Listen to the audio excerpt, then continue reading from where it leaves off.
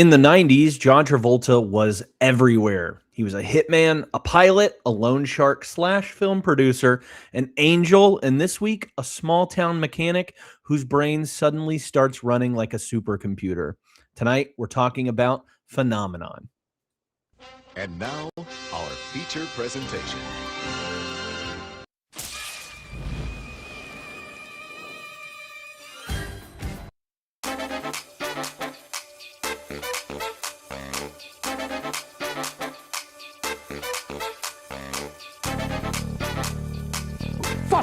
Fussy. Who hired this crew? What's your favorite scary movie? I'm smart, you're dumb. I'm big, you're little. I'm right, you're wrong. Show me the money! Are you too good for your home? Answer me! Baby, you are so money and you don't even know it. Yeah. I thought this was good. Hello, boys! I'm back!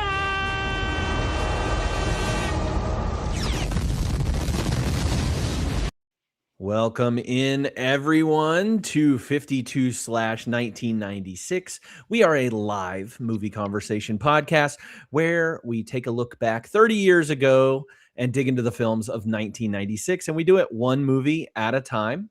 I'm your host, Cody, and this week I am joined once again for this wonderful month by my amazing co-host, Alyssa, as we break down the movie Phenomenon.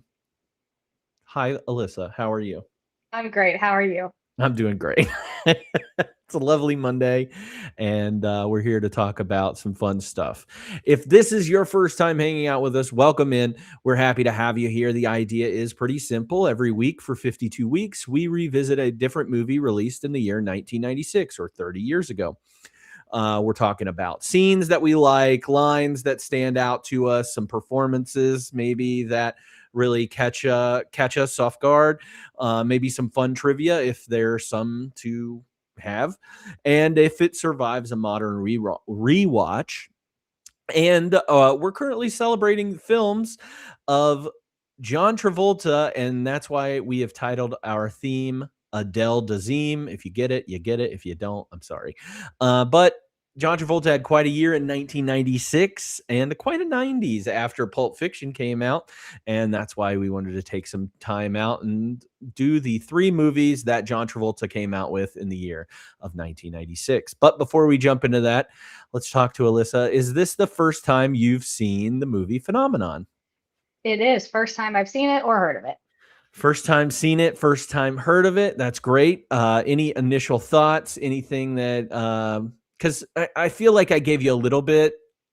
We watched Michael last week. This is kind of a weird year for Michael and Phenomenon to come out back, essentially in the same year. This one comes out a little bit earlier than Michael was Christmas, right? Yeah, Michael came out on Christmas, and it doesn't look like I updated my time on this. So yeah, but Michael came out around Christmas time. I believe this one came out. Don't worry about me.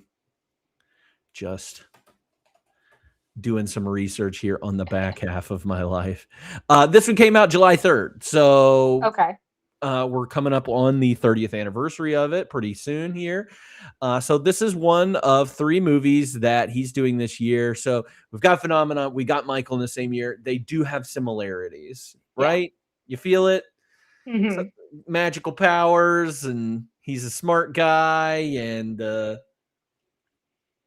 he can do things, and basically he was put on this earth to get people to feel good, feel better about themselves, like fall in love, and everybody's touched by an angel, so to speak.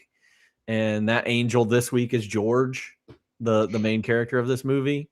Yeah, I don't know if George was as well received as Michael, like the character, not the movie. Mm-hmm. Michael also put like a weird spell on everybody to make him smell like cookies and for everyone to love him. But no, they're both charming. I mean, I think John Travolta is charming, like whether I like him or dislike him or however I feel about John Travolta. I think he has something about him that, especially in these 90s movies, that you're just like, "Aw, John." Like, there's something there, and it definitely shows in both the characters he played. And you're right, he plays a magical main character, Yeah. however you view magic. Yeah, and it is very like he is very aw shucks in these two Hmm. movies. And it does kind of give me a little bit of going back in time to like It's a Wonderful Life and movies like that. Mr. Deeds goes to town, and Mr. Smith goes to Washington. These guys, these everymen, and that's kind of what he is here in this movie, more so than Michael. Michael, he's an actual angel in that movie, but he is an everyman in this one, and people, he's good at it, I think. Hmm. I don't know if I would have, if I would say, if somebody was saying, "Oh, I want somebody that reminds me of like Jimmy Stewart at this time," I don't know if I would have been like, "Yeah, John Travolta's that guy."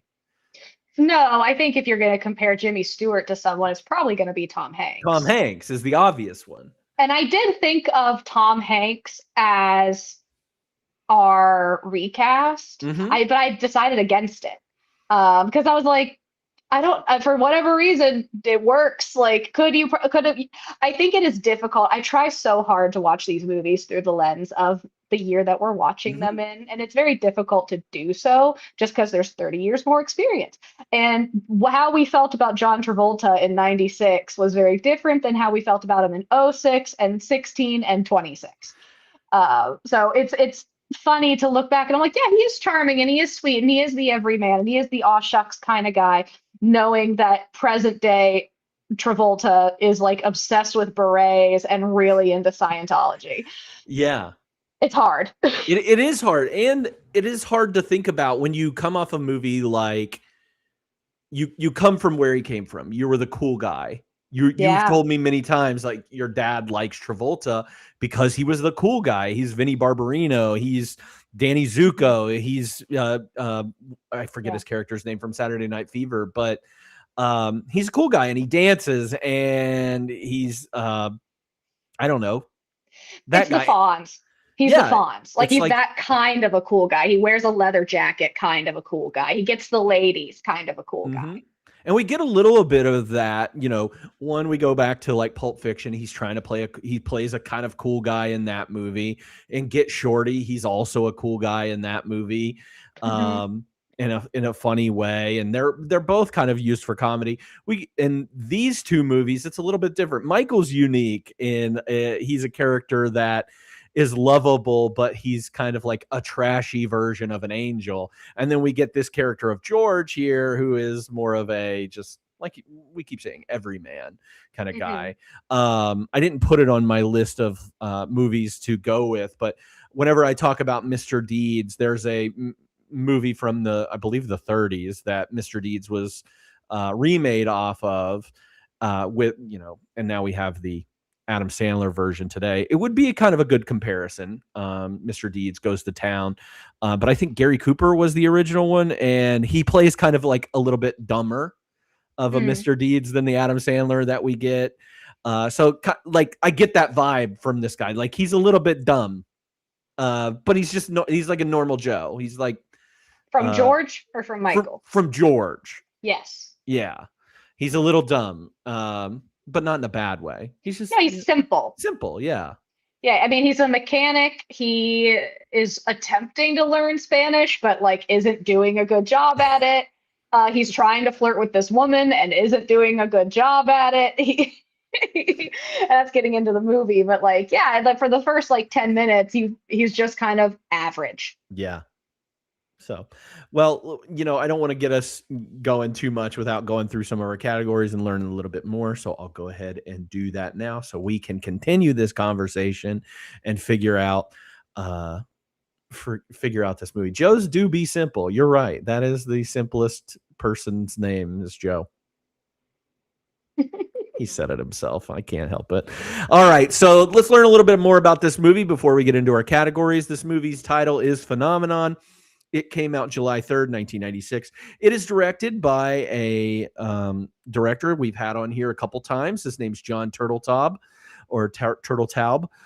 He directed Cool Runnings, which we did in the first year of 93. And then he also did While You Were Sleeping. That's one that I think you and I did in 94 or 95, one of those two. But so a frequent director here so far in the 90s. This was written by Gerald DePego. And the cast includes John Travolta as our main character here, George Malley, Kira Sedgwick as Lace Penniman, didn't know her last name, Forrest Whitaker in here as Nate Pope, Jeffrey DeMunn as Professor John Ringgold, Robert Duvall as Doc Brumder, Richard Kiley as Dr. Wellen, and Brent Spinner as Dr. Bob Neerdorf, and a bunch of other like character actors that you've seen in 90s movies for, the entirety of the 90s. A lot of these guys, you're like, hey, I know that guy. Hey, I know that guy. There was a lot of that guy kind of potential in here. The synopsis for this movie, if you didn't get a chance to watch it, it is on Prime if you do want to watch it. But we're going to ruin some things for you here. But the synopsis is, on his birthday, mechanic George Malley sees a flash of light and proceeds to exhibit extraordinary mental abilities. He becomes a genius, even showing an ability to move objects with his mind. George wishes to help people, but the government wants to take him in for observation. Soon, George finds out from Dr. Brunder that he has a massive brain tumor. With this new knowledge, George decides to spend his time with his girlfriend, Lace. It's a weird synopsis. That's the entire movie. That just gives you the everything that you need there. So, yeah, whatever. Yeah, that really wasn't a pitch. It was just like, hey, you want the entire movie in 3 sentences? I got your back. Yeah. Now, this movie cost less than Michael. It had a budget of $32 million, but it brought in more money than Michael. It made $152 million, making it the number, I have it down as the number 16 movie, but it might be the number 12 movie, if I have that right here. Let me look real quick before I I thought tell Michael everybody. was 16. Yeah, I think Michael is 16. This is number 12. So, yeah, it did make 152 million, and it's the number 12 movie of the year. So this one is actually the highest performing John Travolta movie of the year. I'll go ahead and spoil that for everybody and let you know that next week's movie is still in the top 20 of the movies. So killer year for Travolta. Now, people didn't love this movie. It was not well received because I don't know why. But anyway, this movie has a 47% on Rotten Tomatoes, a 6.5 out of 10 on IMDb, and a 2.9 out of 5 on Letterboxd. Roger Ebert, though, he gave it 3 out of 4 stars. He said Phenomenon could have been more. I think it might have pushed the edges of its story a little harder and found out things that would be more challenging or threatening to George and the world he lives in. But that's not what it's about. It's about change, acceptance, and love. And it rounds those 3 bases very nicely, even if it never quite gets to home. But he still gave it 3 out of 4 stars. He loves Travolta, I think. Yeah. He gave 3 to Michael. He gave 3 to Phenomenon here. Now, counterpoint review from Ann Bilson of the Daily Telegraph says this so-so Capra-esque fable with undertones of L. Ron Hubbard take a turn for the worse after the first hour. She's not wrong. I think the first hour is stronger than the second. Agreed. And I also don't think it needed to be 2 hours. I agree with that. And I have some other things story-wise that we'll get into that I kind of wish they would have done instead of this. So I did not know this and was going to leave this actually blank until I was doing a little bit more research. There's actually a sequel to this movie, which is not technically a sequel. It was a Wonderful World of Disney movie in 2002. Again, Phenomenon 2. But it was a Wonderful World of Disney movie in 2002 talking about George Malley, and he actually doesn't die, and he lives in secret in San Francisco. And this movie apparently was like going to be the setup of a new television show, and they were going to make a TV show about Phenomenon and like him doing good things for people. And that was like the whole premise of it, which kind of is it's a little bit of in line with some of the sitcoms or movie or television shows of the 90s. It makes me think of this show from the 90s called Early Edition. I know you probably don't know this, but it starred Kyle Chandler. I am struggling to talk right now. Kyle Chandler, and he would receive the newspaper, the future newspaper on his doorstep, and then that he would spend that episode like stopping things from happening or encouraging people to do things that would keep the future going the way that it is. It was a very cute show, but I could see like Phenomenon kind of turning into that kind of show. Now, Yeah. it didn't happen. So there is Phenomenon 2 out there. It's basically just a retelling of Phenomenon 1. And he moves to San Francisco, and that's the big deal. So that's your legacy for this movie. So let's get into it. Let's talk about some of the scenes that we liked, what still pops out, what defines the movie. What do you got? I broke it down into 4 like scenes or 4 sections of the movie, I guess, and they're all titled like children's books. I just like George does this. Yeah, so I like that. So the first one is George sees the light. I had George's birthday. George's birthday, yes. At his birthday celebration, he's hanging out at the bar with his friends. He has a really great community. I'm a sucker for like a small town situation. He's turning 37 and he feels like, maybe he's a little behind in life or that he didn't picture where he was at. He goes outside, kind of drunk, and I don't think he's drunk, but he sees this light and he essentially gets like hit with a sound wave, right? He sees the light, it gets bigger, it gets louder, and it thunk and it knocks him back on his back. And he's like, did anybody see that? Did anybody hear that? And everyone's like, nah, like nobody saw that, man. And the next day, immediately things start changing for him. He can speak Spanish fluently, where we've established that he could not speak Spanish fluently just the day prior. It can't sleep. He is getting all of these ideas. He is reading. He's going to the library all the time. His friends are like, are you okay? And he's like, I feel fantastic. Like he has never felt better. And this is, to me, I literally said, I was like, this is a manic episode. Yeah. And pretty crazy. And I want to hit on a couple of those things that you talked about. Love the small town of this area. Like, this is my dream. This is like, I don't know, Northern not even North Cal. It's I guess Northern California, outside of San Francisco. Stars Hollow is what I would say. Yeah. Like it seems like a poorer Stars Hollow. Yeah, it's a farm town. Farm town, yeah. Farm town is a great way to put it. Orchards and farming and I love there's like a tiny moment where somebody comes to him he's a mechanic, someone comes to him at the shop and is like, I need you to fix my car, but I don't have any money. And he's like, oh, well, I do have these solar panels that need put in on my house. And he's like, I don't know how to do solar panels. He goes, no, but you know how to dig ditches. And so needs ditches. So-and-so needs some digging done. Mm-hmm. And he knows how to put solar panels on my house. So you help him, he helps me, I help you. And I'm like this little triangle of payment.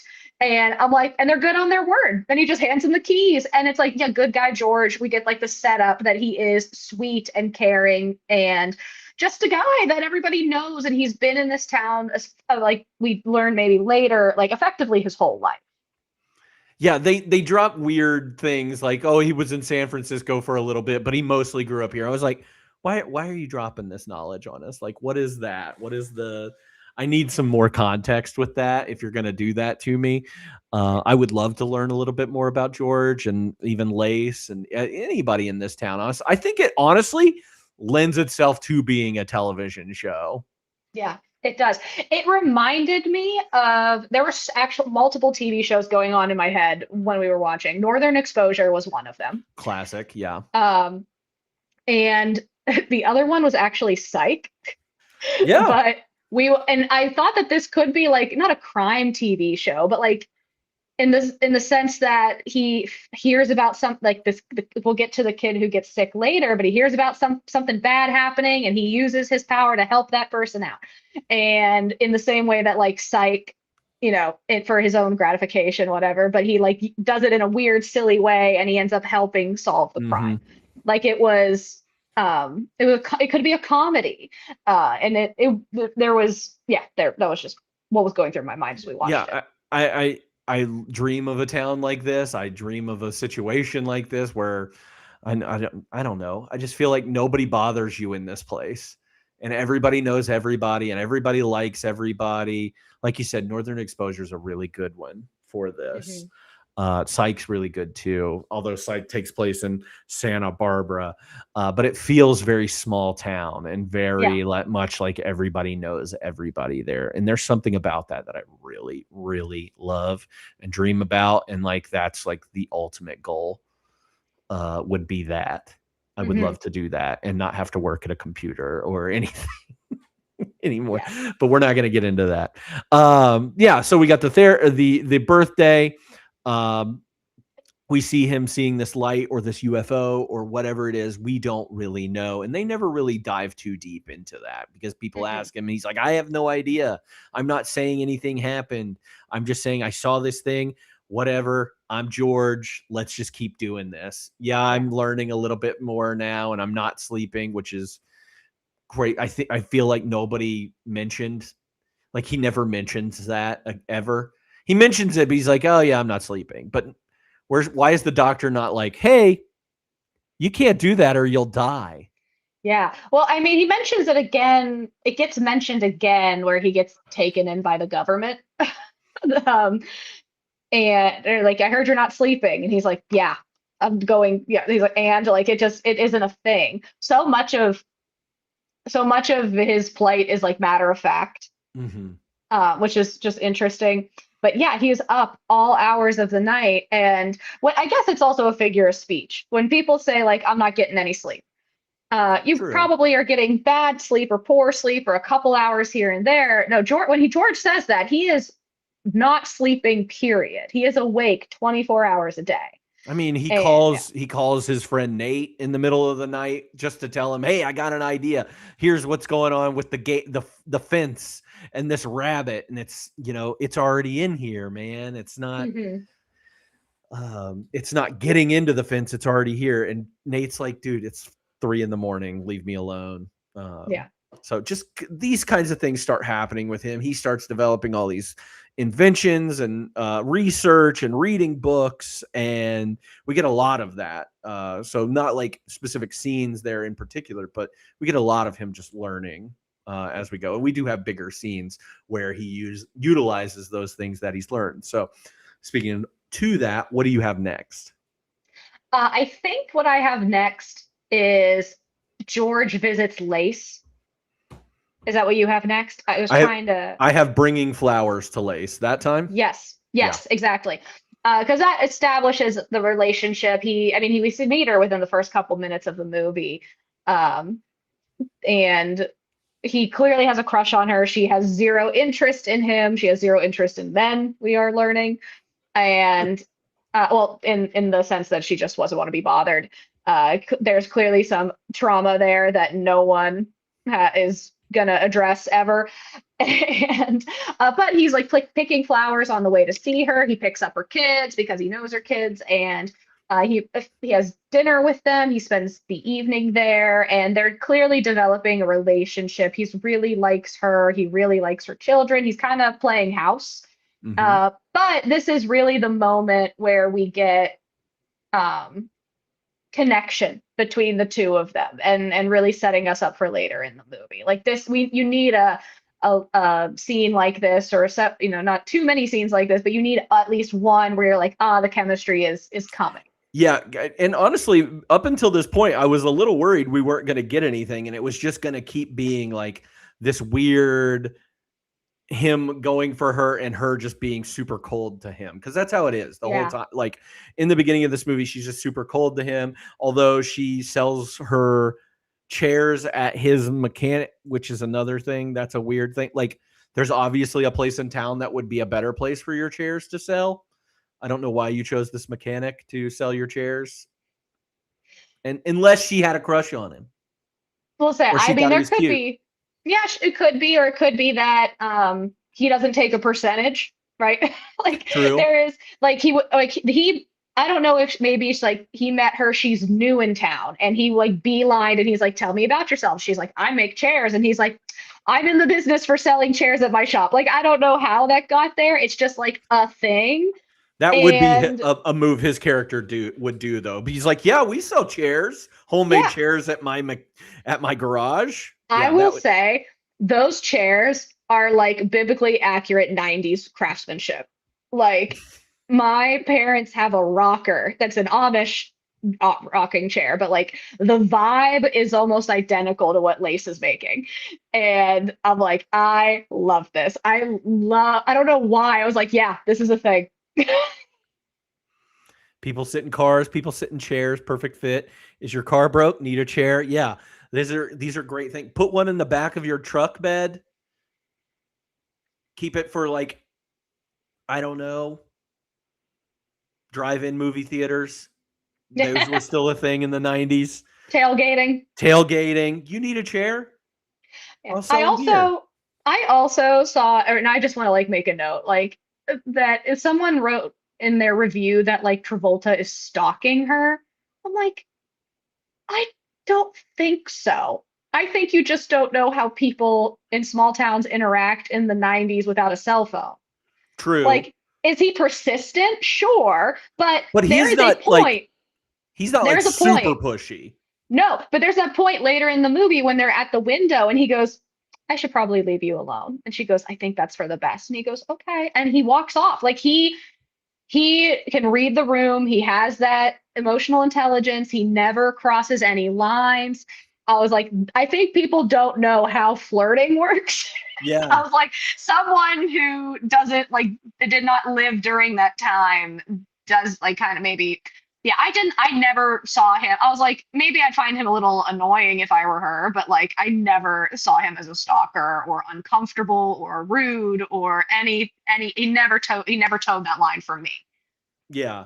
I think that he does some things that I'm like, that's a little weird. But again, no cell phones here. There's no like everybody knows everybody in this small town. He's helping her out, but she doesn't know that he's like, I mean, just fell in love with it. We don't know the backstory of when Lace came to Yeah. town and everything. Like we just know that George is in love with Lace. In the same way that we find Nate later in this movie that's just like, I saw an angel, a Yeah. Portuguese angel. Um but yeah, like he just fell in love with her and was like, I'm just going to be the nicest person on the planet to her. And if she tells me no, that's cool. I'll try again the other day until she tells me to stop trying. Yeah. And then I imagine if she was like, hey, buddy, it's not going to happen, he would probably be like, okay. Yeah. There is no reason or evidence for us to believe that he is a bad dude. Yeah. And especially that's the whole plot of the movie is that he's not a bad dude. And I mean, she's got barriers up. We don't know what's going on. We know that she came from, she had a bad relationship. She's got these two kids. She's a single mom. I guess she makes all of her money on that farm making chairs, which is crazy to me. That's where we need to find out like what's going on. Yeah. CPS might need to be called here in a second. Are those This kids eating? woodworking business. Or is she depending on the kindness of strangers' tomatoes? We don't know. We don't know. But yeah, no, it's a good scene. And I think it's a very sweet scene. It's a good scene. I think those kids are really good. Yeah. They're not bad kid actors. Like, No, that blonde boy, Al, I don't know what the actor's name is, but he's in, like, I recognize him immediately. yeah. He is from Seventh Heaven, is probably most notably what he's from. He's also the voice of Riku from Kingdom Hearts for all our gamers out there. Okay. That's David Gallagher, who is the son of Peter Gallagher, who is known for his eyebrows. They do have a similar Yeah. face. While you were sleeping, Peter Gallagher. Yeah. That's his dad. How fun, right? Yeah, good kid actor, honestly. And the girl was good too. So that's fun when you don't have like bad kid acting in this movie. That's going to be like, I don't care about these kids. No, they were cute, and they were cute with Travolta. They had a chemistry. The kids almost had more chemistry than he did with Lace. I That's being a little harsh, but I do think that him and Kira Sedgwick had really good chemistry on set, and it even any time that she denied him, I still was like, oh, they're gonna get together, obviously. So it felt believable and real to me. So, and then he gets the vibrations from the earthquake, and she believes him because why not believe him? He's been right about a lot of other things. And he just leaves. But then she thinks he's a crazy person. Yeah. And then an earthquake happens. I will say, and this is another thought that I had throughout the entire movie, and I think this is a compliment to the writing and more than the acting. Maybe it is a little bit of the acting and direction. I think that everybody had very believable reactions in this movie. I don't think anybody overacted. Like, in the sense that eventually we're gonna see that George has telekinesis, and like him doing staying awake all night, reading, learning, like all of those things can be like easily explained away. Him literally having telekinesis, everybody reacts differently, and I think everybody react like if you were to think if my best friend, if my patient, if my girlfriend showed this to me, how would I react? And I don't think we'd be like, oh my God, it's crazy. What are you doing? I think we'd be like, oh shit. Like, okay, you're doing that. Okay. What's up? Like, I was like, I genuinely just felt like that was like throughout the movie, it felt like very real reactions to a very strange situation. And even when we get to the point when he gets angry and shatters the mirror, those people who are George's friends but aren't as in his inner circle as some of the other people, you do get that genuine reaction of like, oh, we need to be scared of this person because we don't know what's going on with them. Right. And someone I thought I knew him, but they're just like, it's fear. Like, it's just the freeze, fight or flight or freeze. Yeah. But I think Lace being like, not quite sure, kind of shocked, then what the fuck, like she like going back and forth, like, and not having big reactions in the moment. Again, if the guy you kind of like comes up to you, goes, there's an earthquake coming, I'd maybe humor him and be like, all right, let's take down the lamps. Like, like if you want him to stick around or you're trying to be cute or something, like, or even if you're like, okay, maybe he's onto something. Let's just in case. He wouldn't be. I don't think she'd be like, oh, you're an idiot, or like, I don't know. I thought a lot of it made sense. Yeah. No, it was good, and it made bringing more people into this. Like, hey, there's something going on with George. He's not faking it. He was telling the truth.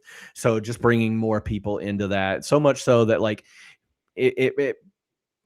it does bring apart the rest of the movie. Like it brings on the rest of the movie with like the college professor and the FBI and all that stuff, which is some of the stuff that I really don't love about this movie. Yeah. But it does bring some of that stuff on. So it's whatever. Oh, what do you have next? Sorry. Are you there? Yeah. Are you? Yeah, I'm here. You went away. I did. Okay. Yeah. I have George finds the boy. Yeah, I just put Portuguese boy. Yeah, this is the first real public display of George's powers. And again, unexplainable powers. But the doctor's aware. I believe his best friend Nate is aware, and Lace is aware, and the professor, I think, and that's kind of it. But at this point, the doctor said there's a family, a Portuguese family who just moved to town. They effectively only speak Portuguese, and the grandfather is very ill. He's assuming it's food poisoning, and the doctor goes, "Okay, call George. Tell him to get over here ASAP. Tell him to pick up a book of the Portuguese language on his way here. And they're like, why? And he's like, just do it. And he does. He like they get a hold of George. He gets the book. He learns 90% of Portuguese in about that 20-minute car ride. Talks to the sick man, finds out that there's a little boy, assumingly his grandson, who also had the same food that he had, who is missing. And we find out the grandfather says he's in the orchard. And so we have a big search party. And also beautiful, side note, beautiful like colors. It's very fall there, then this apple orchard. And they're running through. And George, the further into the orchard he gets, the sicker he feels. And that leads him to, like, the closer he gets to the kid, the more nauseous he feels. And effectively, everyone starts to follow him. He gets to this point at the end of the orchard. We find out the kid's hiding in kind of like a treehouse fort situation. But in order to get there, George has to like put his hand out and with his telekinesis knock over all these planks. And everyone was like, okay, go get the kid. Like, again, I think a realistic reaction is I don't have time to process what just happened right now. There's a child in crisis that we're doing the search party for. George will deal with you later. That's weird.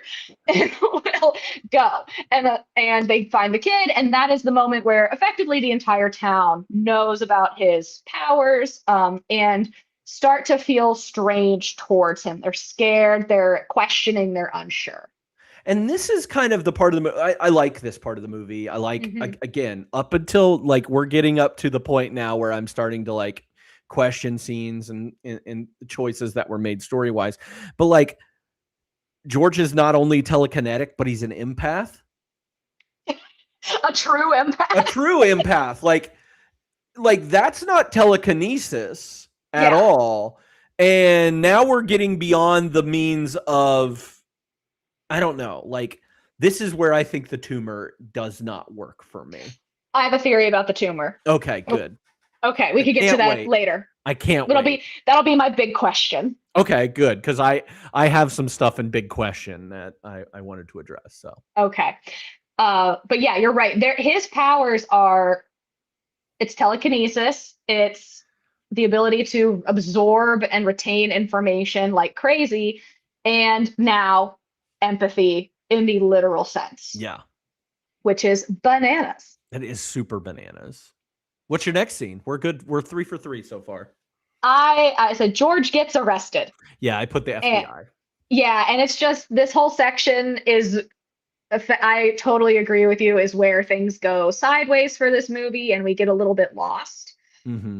Earlier in the movie, George cracks this code. He again, radios. But here's this. He's essentially playing a game with himself. He's solving puzzles, and here's this Morse code situation over a radio wave. And he cracks it, and he's like saying, "Oh, it's from the military," and you're like, "Okay," and it's like a throwaway, but he's just messing around. Well, apparently, it is in fact the military, and it causes the FBI to raid his house and arrest him and question him on who he is and what he can do. And they're treating him like a criminal rather than a science experiment. A little bit like a science experiment. There is one guy in the FBI who kind of feels bad for him, shows him some grace. But they hold him for several days. Yeah. And I think there's a fun scene here with the testing. Like the one doctor has the scene. I think that's a fun scene.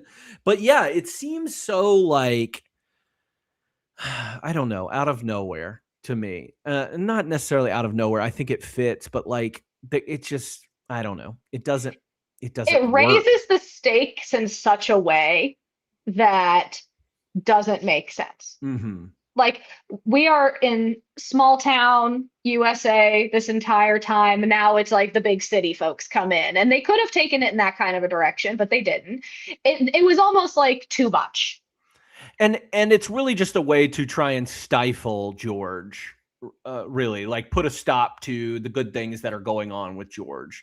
And that's really, I feel like, the only purpose of it. It's just like, okay, you've been given this great thing. We have to give you a problem that you can't solve. But the problem, and this is going back to the writing, the problem could have just been his town disowning him. Yeah. Like there was, or like, he's the one who involved the professor from Berkeley. Maybe it could have been a Berkeley situation, not the FBI. Like Or it feels lazy in a way. I'm like, what do you mean the FBI is getting involved? yeah, and I wish I could figure out how to make this movie better, but I agree with you. Like having the town kind of disown him, because he does like kind of expose some people in town.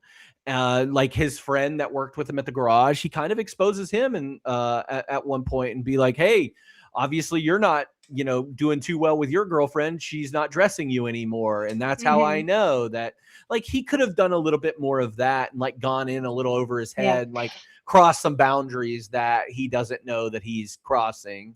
And that causes the town to kind of, Sure. Or even having like a local mayor, like a local governor or a local lawyer being like, this guy is no good. He's ruining things. He's othered. Like that's kind of the word that came to mind in watching it. Like being othered, like you are the problem. Like he's different than us. It's Gaston. There needs to be a Gaston. There doesn't need to be. The FBI does not come in to kill the beast. Gaston does. That is, I think it needed to be much smaller, because this just takes a turn in a way that is like not. Maybe like the ex-husband of Lace or somebody that comes in. Oh, yeah. That would make some sense there. Yeah. Or like the bartender turns on him. Yeah. Like the bartender's been on the fence about George's powers this whole time. So like just something that like maybe the breaking of the mirror is the thing that tips him over, and he's like, I'm gonna get this guy. I'm gonna get him arrested. I'm gonna call the cops on him. Yeah. It's the FBI just makes it way too big for no reason. Yeah, I agree. It does increase the stakes so much. What's your next scene? It is the final scene. It's George gets a tumor. George gets a tumor. It's like, and they're all as read by Alyssa.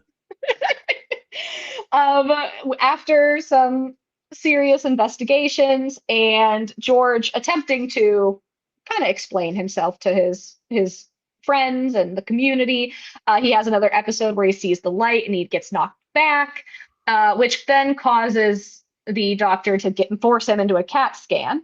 And the CAT scan reveals that he has a tumor on the back of his head, kind of like, I kind of assumed it looks like this. Like it's like it's splaying out to the rest of his brain, which is effectively allowing him to use more of his brain. Again, the lack of sleep, the ability to retain information can also be associated with seeing flashes of light that are not there. And they're like, it's killing you. And I'm like, I will say, no idea this is where the movie was going to go. Yeah. We have been talking about aliens for the last hour and 40 minutes. And I really thought we were going to have an alien movie. Because again, I was thinking like Michael and how odd that was. And I'm like, oh, it's a tumor? We're just going to explain it with science? Okay.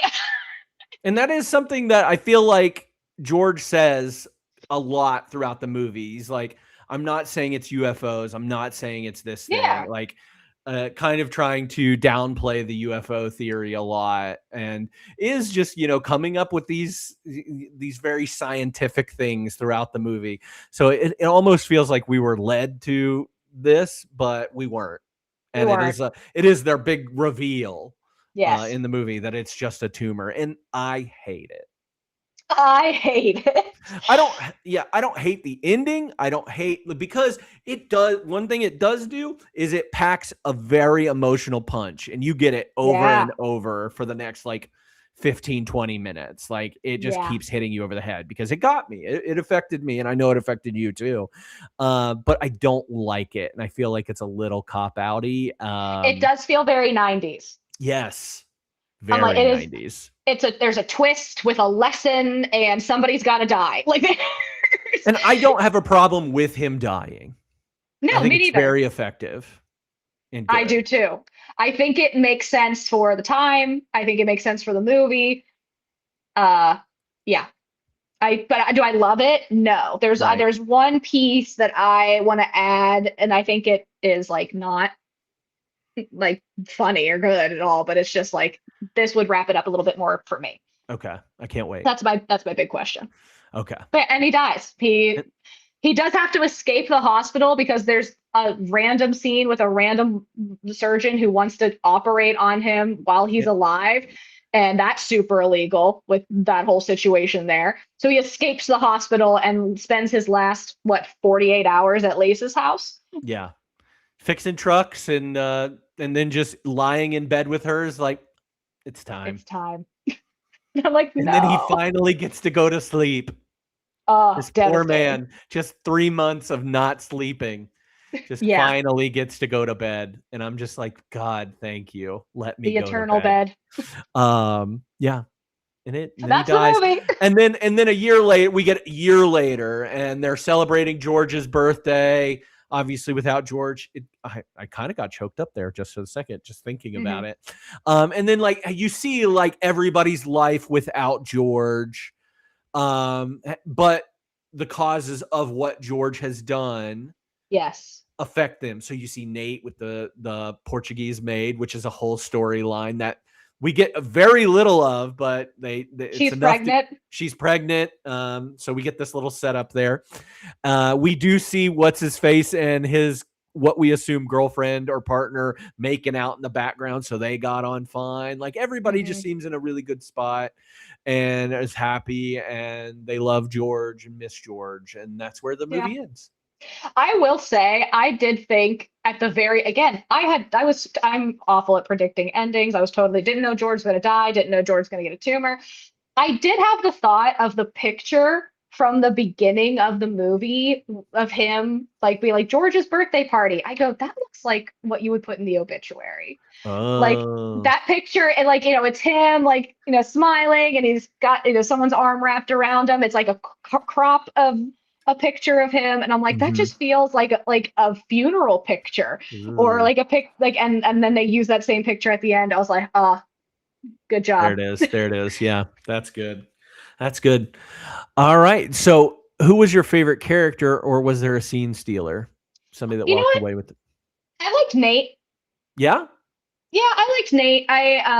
It's fun to have like the best friend. I like the best friend character. I think he kind of keeps, again, he's there for George no matter what. He was like, okay, you have telekinesis now. And he's like, do it again. Like it is to me, I was like, they just had a sweet friendship, and I enjoyed it. And then again, there's that side plot of him with the Portuguese woman. So I thought that was kind of fun. But I really didn't have like it wasn't like he was leagues ahead. Like it was just like, if I had to pick one, I would pick Nate. Yeah, I like Nate. Forrest Whitaker does that. John Travolta does a really good job in this too, as George. My favorite is Doc. I knew you'd like Doc. Oh my God. Because the man made me cry twice in this movie with his line, some of the delivery of the lines and stuff, and he will be my best performance. But man, Doc was such a good character because there were three people, two of them believed him no matter what. And that was Nate and Doc. And then Lace comes on as the third to be behind him no matter what. And I really loved all of those characters because of that reason. So yeah, that was good. All right. Any lines that stuck out to you, or exchanges? Sometimes we do more than a line. We have some dialogue in here. I only have two. Okay. That stuck out to me. One is the punch in the gut line between George and Lace. I didn't do the punch in the gut line from Doc because I figured you would have that one. But George says, "Hey, would you love me for the rest of my life?" And Lace says, "No, I'm gonna love you for the rest of mine." Oh my God! Damn. I'm like, okay, now I'm like emotional about it again. But like it was, I'm like, oh sweet Jesus! What a line! What a line! It's very sad and very sweet, and oh my God! So that one was great. And so for a funnier one, and another George and Lace combo. George is at her house and compliments Lace's cooking. He's like, "Oh, you're a really good cook." And she goes, "No, I'm not. I only make two things pretty well: pork chops and turkey." And George goes, which is this? And I did laugh out loud. I thought that was very funny because they're both beats are very dry. And Yeah. I'm like, he's like, huh, which one's this? And the whole that was so cute with the kids. They're all laughing. Like, yeah, those were the two that stuck out to me. But there wasn't a ton of like lines that Yeah. I thought there was. Again, I saved the doc one for you because I figured you would put that in there. I've got two of the doc ones, and these are both my biggest cries in the movie too. But I'll go with some other ones. Everything is on its way to somewhere. Mhm. George says that a couple times. He says it to Al at one point. With the apple. With the apple. Everything is on its way to somewhere. Everything. I thought that was really good. Doc has a line when he's talking about talking to Baines, the guy that used to work at the garage, and he even brings up the fact that, like, hey, Baines, you're not doing too well in the romance department. And he's like, you know what George did differently? He bought her chairs. He bought Lace's chairs. And he says, every woman has her chair, something she needs to put herself into. You ever figure out what her chairs were and buy them? I like that little section there. Yeah, I almost put Alyssa's chairs as my name. Alyssa's chairs. You ever figure out what Alyssa's chairs were? Also, another common thing that George says is he's always just you expecting something. He's just hoping. And he says that a couple times to Lace. I think that lends to their chemistry. The Doc lines, though, because I had the other ones that you had as well. Doc in the hospital. This one got me. He said, God damn it, something happened about 25 years ago when you broke your leg, and I said it, George. I don't know what to call it, but somehow you got into my heart more than most. And for a man who's never been a father, I sure feel like I'm losing a son. And then he says, and this was the part that got me. So this is my biggest cry. He just says, yeah, Georgie, yeah. And I don't know what the heck about it, but he calls him Georgie, and I lost it. I could not control the tears coming out of my face. Yeah, Georgie. Yeah. I am currently not holding it together. It's fine. I'm normal. And then in the bar, when he is having that fight with the guys, and they're like talking crap about George, he says, why do you have to tear him down? What are you so afraid of? What have you got to lose? He wasn't selling anything. He didn't want anything from anybody. He wanted nothing from nobody, nothing. And you people have to tear him down so you can sleep better tonight. So you can prove that the world is flat and you can sleep better tonight. Am I right? Am I right? I'm right. And then he says, the hell with all of you. The hell with every one of you. And he walks out. And it's so freaking good. It is. It's for no reason. For no reason. And this is a 96 movie that is just kind of schmaltzy as hell and Capra-esque and doing all the things that anybody is accused of doing. It's doing. And it just did it. It worked on me. So yeah. It did. And that's why I'd like, it's good. It's not good, but it's good. Yeah. Like, just let it be what it's supposed to be. Yeah. It's like, and again, that like, it's not that John Travolta did like this crazy moving performance. It is that it, like, the writing, the directing, the producing set you up to give a damn about him. And which is one of the complaints we had about Michael was we did like Michael as a character, but was Frank I think the main guy's character, name. Yeah. We did not care about him 1 ounce, and they did nothing to set him up for us to go, yeah, we want to see his redemption arc, or we want to see him get the girl. At the end, we were like, who cares? Yeah, who cares? And here it was like kind of like a sneak attack, because like, yeah, you like George and he's cute or he's sweet, but it's not until he's in that hospital being explained with the 3 people he cares about the most in his life. And you're just like, oh, I deeply care about this human. Oh, no. Yeah. I hated it. I mean, I liked it, but I hated it. I hated feeling that way. But back on the biggest laugh, cry, scare, or thrill, what moments hit the hardest emotionally? I already gave you my 2 cries. What do you got? those were my two. Her saying that she'll love him for the rest of her life. That was crazy. I will also say I thought she did a great job sobbing when he I like just like her like almost having a panic attack on her front porch. I was like, yep, that was believable.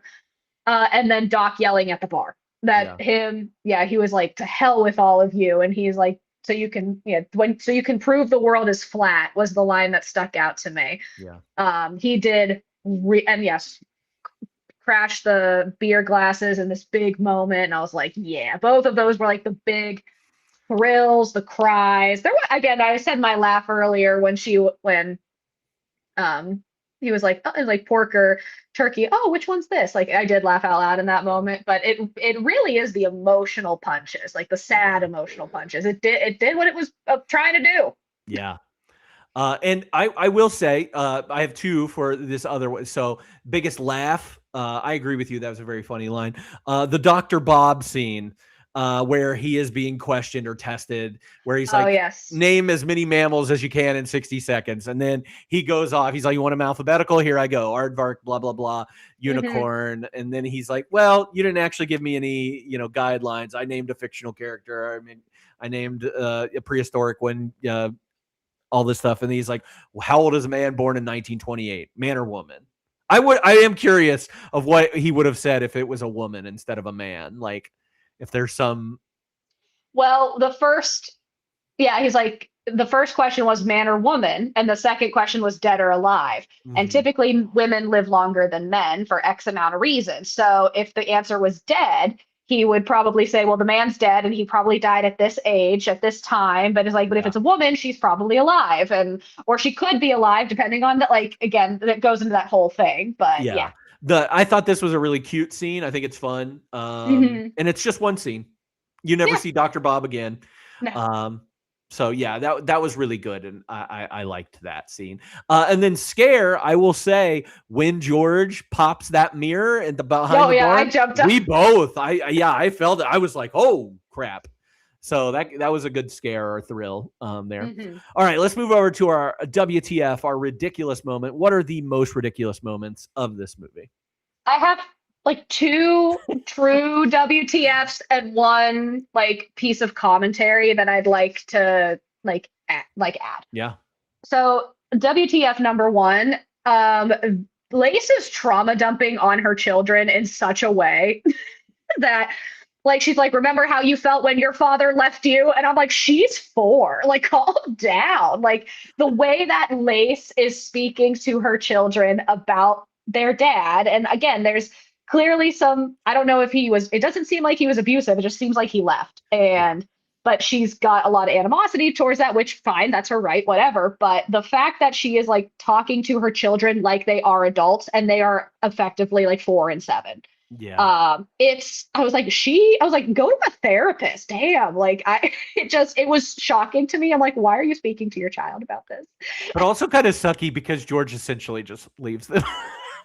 Yeah. Like, in a different way, but that kind of sucks for her. I was like, geez. But the second one, and I'm sure this is on your list too, is the sensual hair wash scene. Shaving a haircut, baby. So I have thoughts. I have lots of thoughts.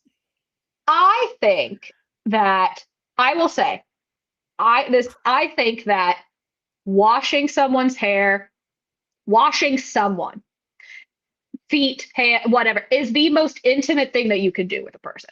Like genuinely, because I think about like, oh, when people get old and they can't take care of themselves anymore, you have to bathe them, and that's like a very intimate act. So she sees that George, again, I was like getting choked up. She sees George, he's like going crazy, his hair's all messed up. She's like, she's like, I'm gonna cut your hair. And I'm like, oh, how sweet. What a giving, kind, intimate thing to do. And I assumed it'd be like a closeness scene.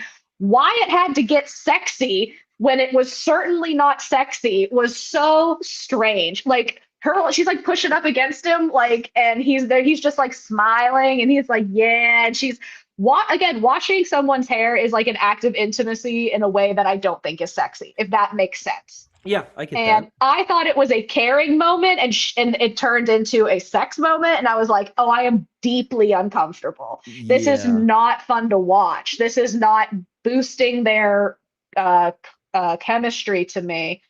And then she also shaves his face, which I was like, oh, she's gonna cut him.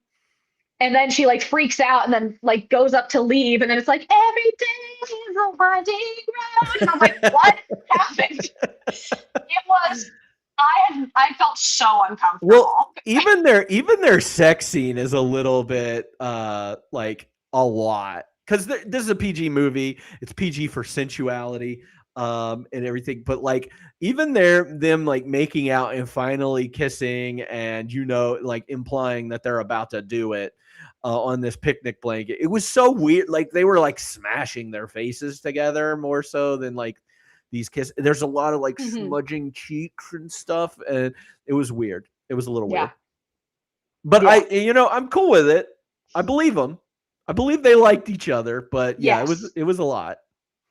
Yes. So those were my two big ones. I also have like an asterisk WTF moment. I think that this movie could have really been a great representation of depressive disorder. Mm. Like I was like, oh, this is a manic episode. And then I Smasher Patch truly. Um, and it just didn't go in that direction. And I thought it could have. Like, again, it was representing, like, oh, at the beginning, you feel so excited and empowered, and you're not sleeping, and you're doing all these things, and you have these big ideas. And then all of a sudden, you are down for the count, him being in the hospital, and people turn on you because of that, because they don't know how to Mm-hmm. treat you. You're a problem. They see you as dangerous. And I'm like, wow, this really could have been like an allegory in that Mm-hmm. way, and it obviously wasn't. And I kind of wish it was. I wish that if we were to remake this movie in 2026, if that be like the underlying premise of the movie, that um this is like, whether it's an alien thing or whatever, like that's this expression or manifestation of George, or what he thinks is happening. He thinks it's aliens, but it's actually he's very, very sick. Mm-hmm. So I don't know. I just kind of like, that's maybe me and my psychology brain wanting something different from the movie. Yeah. But I really do. I was like, this is a pretty good representation of manic depressive, but it's actually a really bad representation of manic depressive. Yeah. So it could have been. There's a lot of potential here. Yes, a lot of potential. A lot of potential. My only other two that I have are that was not Robert Duvall's butt at the beginning of this movie, and I'm mad about it. I wanted to see that old man's butt. It was definitely like a younger butt too. Yeah. That was not like a 50, 60-year-old Robert Duvall's butt. They used like some No. 20-something's butt for that scene. Very funny. Some intern. Yeah, some intern just was like, I'll put my butt on screen. And then I wrote this out even. I said, I know that Spanish and Portuguese are different languages, but I think they could have like fudged their way through that. Obviously, it shows like George learning Portuguese in 20 minutes, but like you got a guy that speaks Spanish there. He could have fumbled his way through. Yeah. Anybody with a high school education of Spanish probably could have gotten through to this guy, because I know they're, again, very different languages. And I've had this conversation with somebody that speaks Portuguese. I've worked with a couple people that speak Portuguese, and they have trouble speaking Portuguese, but they understand it very well. Yeah. From what I could tell. I think if they just changed the language, if it was Like Chinese or French or literally anything that is not part of the romantic languages, like that isn't like Spanish based. I agree. So that was my gripe. All right, best music moment for you. The Every Day is a That's yours, yeah. Because I like that song. I think this is I think it was a good soundtrack. And it felt inconsistent. Like it had some good songs, but I'm like, where are these coming from? Yeah, I think this was like a well-liked soundtrack for the time. It also features Grammy award-winning song, the one that I will pick, which is at the end of the movie, which is Eric Clapton's "Change the World," which ended up becoming like a huge hit, global hit. Was like the biggest deal from this one. So this album went platinum, which is I believe crazy. it. Yeah. Have a Little Faith in Me. Jewel singing that on here. I don't think it was on the actual. No, it was. Yeah. Jewel on the soundtrack. Every Day is a Winding Road, not on the soundtrack. It came out in 96. I learned. Yeah, no, it did, but they did not have that song on the soundtrack. The no, CD. but I wonder if it's because of like release date or maybe. something. Crazy Love by Van Morrison is on here as well. It's not sung by Van Morrison, Aaron Neville covering it, but yeah, it's like this is like whenever somebody says adult contemporary in the 90s, it's all of these songs. Just adult contemporary. And you know what I'm talking about. Yeah. So yeah. The score, what little of it is by Thomas Newman, but yeah, got some good songs in here that I like. All right. I was gonna do F, Marry, Kill, but I really don't have any good ones. It was just gonna be like, which of these three are your from these three? Shaving a haircut, eating tomatoes and getting flowers, or learning that he has a tumor and a couple days to live? Well, I'm gonna kill that one. Obviously. But you make the most of it during that time. I feel like that's a good F. Actually, that's an F. You're right. You shaving a haircut is killed. Finding out he has a tumor and spending the next 48 hours just in love with one another. I'm gonna F that one. And then I would marry eating tomatoes and receiving flowers. Having dinner. Smash the tumor. You're on one today. Thanks, Chet. Yeah, I think I agree. I just wanted to play that one. Okay, big questions. Or this is your time to shine. Okay. I have a couple questions. Yeah, I have a would you rather here. Do you think the aliens put the tumor in George? Yes. Right? Okay, yes. Thank you. I was like, there's no way that like how we perceive as the audience, the light and the thunk and him hitting back. I'm like, it's an alien. There isn't, I mean, like it is some extraterrestrial something.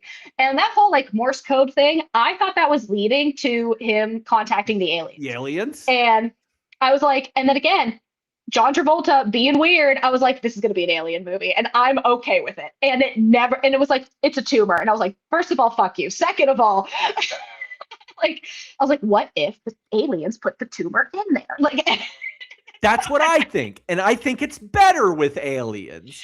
And I think instead of him dying, like, yes, his body dies there, but then he goes he lives with he's their experiment. Like he lives with the alien. And I know this is some Scientology bullshit, even more so than what we actually got, but I'm for it. Like, yes. Give me that. Make it weird. Make it weird. Make it FBI. Give me an ounce of happiness, like that knows that like George is truly in a better place. He lives on. Yes. Yeah. I make it aliens. Why not? F the FBI. Get rid of the FBI. Get rid of the whole Berkeley sideline. The professor. Make it a Gaston character that wants to kill him or arrest him, whatever, and then aliens at the end. Why do you all want Georgie to get probed forever? I just want him to get knocked back a lot. Yeah, I think it's such a cop-out. Like, oh, sometimes when we see people that have these tumors, they will see flashes of light. And I'm like... Also, a tumor does not explain telekinesis. No, or empathy. I was like, no, I mean, I do kind of wonder, and like, it should have been like the last like 30 seconds of the movie, that in order for George, Lace, Doc, and Nate to grapple with the situation at hand, they believe it's a tumor. Yeah. Like, or he's calling it a tumor, and it is a tumor, but it's really like it's like, green or something, and they're like, we don't know what to do with it. Like we're just gonna call it a tumor because we've never seen something like that before. And that's like how they have to mentally grapple with what's about to Yeah, happen. I like And that. then we get like we have like this glimpse at the end of like an alien shooting by. I don't know. It's just like it was an alien the entire time, or like the thing on his brain is an alien. I don't know. Yeah, no, there's something here though, and yes, it does lean super towards Scientology and like being clear and all this other stuff, but it's better. It's a better movie. Better movie. Yeah. All right. Would you rather? Here you go. Okay. You ready for this? Would you Yes. rather get 0 sleep, but you're the smartest person in the world and your mind never stops coming up with ideas? Uh-huh. Or you get the best sleep of your life every night, but never learn anything new, and you can't look anything up? Well, so we're in full 90s mode. Yeah. See, You can ask me questions too. I have. okay, well, see, situation number 2 is like life hindering. Both situations are life hindering because Mhm. I'm assuming George did not have any negative physical side effects from the lack of sleep. No, he did not. So in this situation, do I have negative physical side effects from the lack of sleep? Okay. No, except you do remember what sleep feels like, and you know how awesome it can be. Yes. I think though, I am 33 years old. I hope I don't know everything that I know right now. You know what I mean? Like, I hope that I learn something tomorrow and next year and 20 years from now. I can't imagine never retaining new information. What about people's names? Nope. No, then it's dumb. Best sleep of your life, but you keep everything that you have from this point on. That's fine, but I then it's effectively 50 first dates. Yeah. And it's like that. I'm stuck on. But you remember how great your sleep is every night. If I don't need it, then again, sleep is relief, right? And if I don't need relief in that capacity anymore, then I'm okay. Like maybe I take a bubble bath and that's relieving. But All right, I got one. I got another what would you caveat here. pick? I'm just playing this game. You're picking. I'm not picking. Here's a cap because I don't want to make a choice. You are up for 24 hours a day. Yeah. Okay. There are big periods of that time where you have no interaction with anybody, and you are just with your thoughts. You're cool with that. You're cool Did with I that. go away? You did go away for a little bit. I say the connection stopped. Yeah. You're not okay. I think that's when I'd start learning things. I'm pretty lazy on a day-to-day basis. I feel like if I had no one to interact with, I'd be like, I should read now. Like, Yeah. I mean, you have to fill the time with something. So, and maybe, I don't know, maybe I just become super clairvoyant and I'm like totally okay with all of my thoughts. I don't know. Or maybe I get a therapist on the other side of the world. Who knows? Ooh, now you're using the 2026 technology. Yes. The best hours of the day at night. I wish I couldn't go to sleep. Like I love sleep. But I feel like I'm missing out on things. I would become, what I would end up doing. I would become like really, really good at Fortnite. And then I would be the night shift streamer. Ooh. Whoever's awake from like midnight to like 7 a.m. That's my shift. It's a rare slot there. Yes, it needs filled. So that's why I can't believe that's the goal that I came up with. We've been watching a lot of Twitch lately.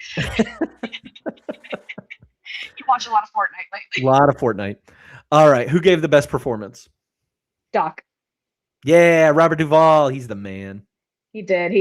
For the bar scene alone, he nailed it.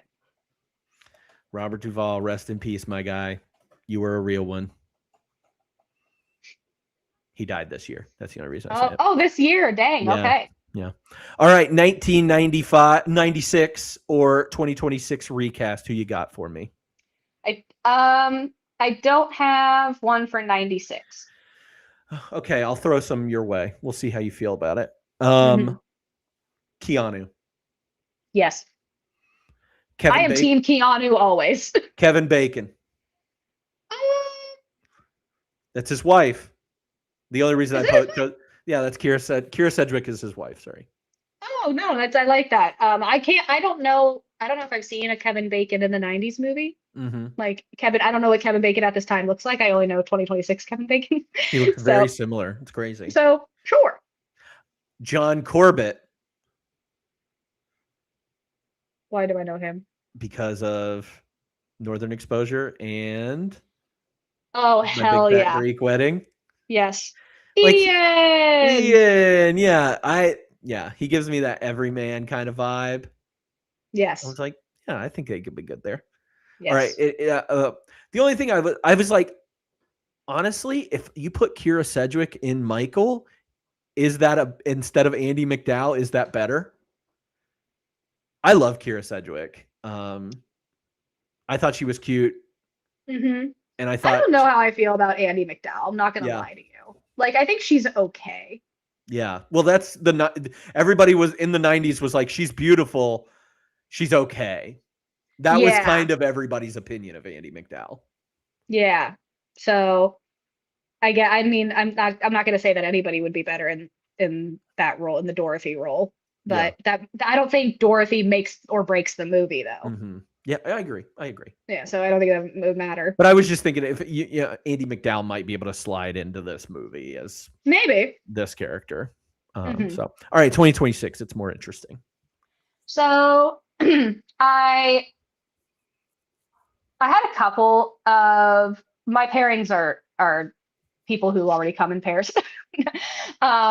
Lace to me looked like Jetty Slate.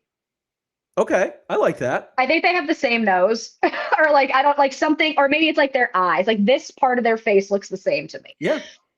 So I had Jenny Slate as Lace and Jake Lacey as George. Okay. Because they're in Obvious Child together. Mm-hmm. I also think I like Jake Lacey. I think he plays a piece of shit better than like a good guy, but I'd be interested to see him like try it. Especially again, and I like him and Jenny Slate in Obvious Child. So. I like that pairing in Obvious Child, and I like him in The Office, and I do think that White Lotus like ruined him for me because now I can only see him being such he a did jerk. so good. Yeah, he did such a good job at being a jerk. I thought about him as well. Anybody else? Yes, I've got two more couples. The couple I wish George as Andrew Garfield and Lace as Emma Stone. Oh. Because I want them to be together, even though they won't be. And lastly, and this is the one that I think I like the most, but I also don't think this is my 2026 recast. I think this would be like a 2010 recast. Yeah. Jesse Plemons and Kirsten Dunst. Oh, that'd be cute.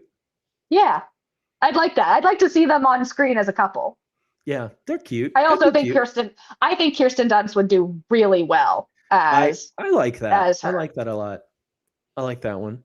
I had because I kind of went young and old here, but I had mostly young people, like around this age that were getting here, 37 something. So I'd like Zac Efron.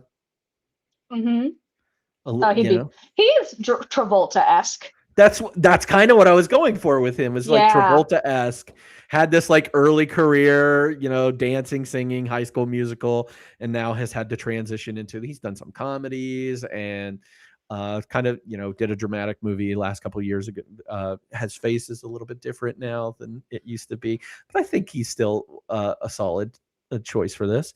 And then for the girls, I had a couple different, like Annie Murphy for that, or Sosie Bacon, who is Kevin Bacon and his daughter, Kira Sedgwick's daughter, could be here. She looks very much like her mom, and Kevin Bacon. They're the perfect version of that. And then I thought making them older would be fun. Yeah, like making George in his like late 40s, maybe even 50s, and same thing with the woman. Get rid of her kids. Maybe she's empty nester and she just wants to be left alone. So I thought Brendan Fraser. Ooh, yeah. And Regina Hall, because I love her and she needs more things to do. Yes. And then I also said, let's bring back Forrest Whitaker and make him Doc. Yeah. I liked him. Yeah, Forrest Whitaker's wonderful. He's so good. Mhm. Any fun facts that you learned about this movie? I didn't write down too many. There's not a One, lot. no, there were not. One was about recasting that Sean Penn, Ed Harris, and Jason Patrick were. Is it Patrick? Yeah, I think Oh, those are. Go ahead. I was gonna say they were all considered for the role of George Malley, and I don't think that any of those are good choices. Yeah, I think those are terrible choices. Yeah, I was like, They that's don't not have the vibe. they don't have soft faces. They're like they don't like they're not known for playing like good guy. No, like Ed Harris is a bad guy all the time. Yeah, he's going to be a bad guy coming up in one of our movies that we have. Yeah, seen, I'm like, no, this ain't it.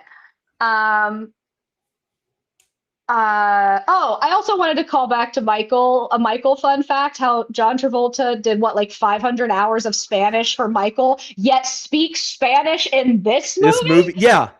Part of me wonders if, one, he got the movies mixed up when he was being interviewed, and two, did he do all that for Michael and then he just happened to benefit from it? Like, which one did he film first?